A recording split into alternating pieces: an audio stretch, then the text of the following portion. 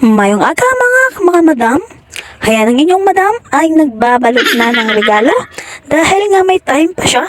Oo, kasi nga wala pang customer, so may time po siya na magbalot. Ayan, pagpasensyahan niyo na ang inyong madam at dahil ako'y apaos. At dahil siya ay napaos dahil nga siya ay bakbak ng inom kagabi. Ayan, hangover lang naman po yan ang inyong madam. Pero kaya-kaya pa yan gumising dahil ginising lang naman po yan siya ng kanyang customer kaninang umaga. At ako'y nagpapasalamat dahil ako'y napaga nagising, oo. Pero kagabi pa lamang nakatatak na po yan sa isip niya maagang magising. Dahil nga maagang magbukas ng tindahan. Dahil nga ngayong araw na to, 25, oo.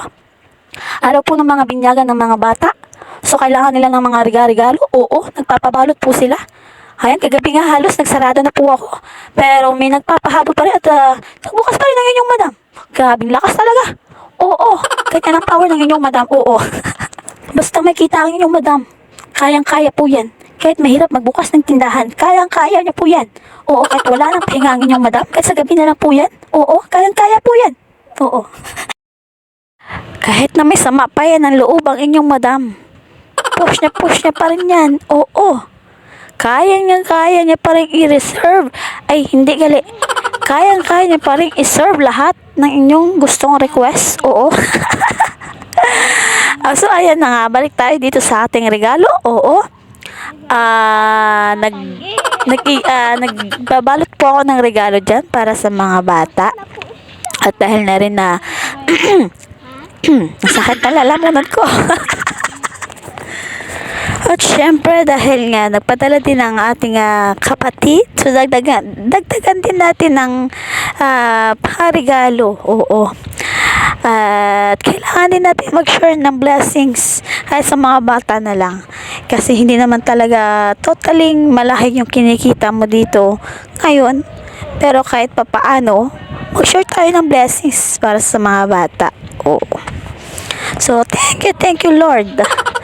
Opo, kasi lahat ng pangangailangan namin is nabibili namin. Thank you Lord sa blessings po.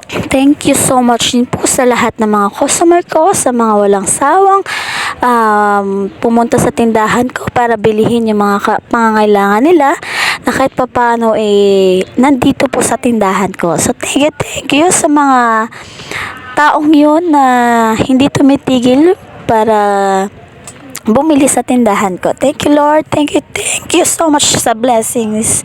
And Merry Christmas po sa lahat. Opo. Ayan. So, pasensyahan nyo na yung inyong madam. Opo. Dahil madam na rin ang tawag nyo sa akin kahit hindi naman dapat. Oo. Nagagalit po ang inyong madam dyan. Kaya kasi nga, nagbabalot ako ng regalo and yung anak ko po is binabalutan ko rin. So ginagalitan ko siya dahil nga syempre kailangan suspense din na hindi niya nakikita. So ayan, kahit na andyan ako sa tindahan, sigaw pa rin ako ng sigaw. Pero hindi naman sabing sigaw talaga. Katamtaman lang. So yun lang, thank you for watching. Hindi pa po tapos yung pagbabalot ko dahil nga paputol-putol yung paggawa ko dahil nga may mga customer na pumapasok and nauudlot. Oo.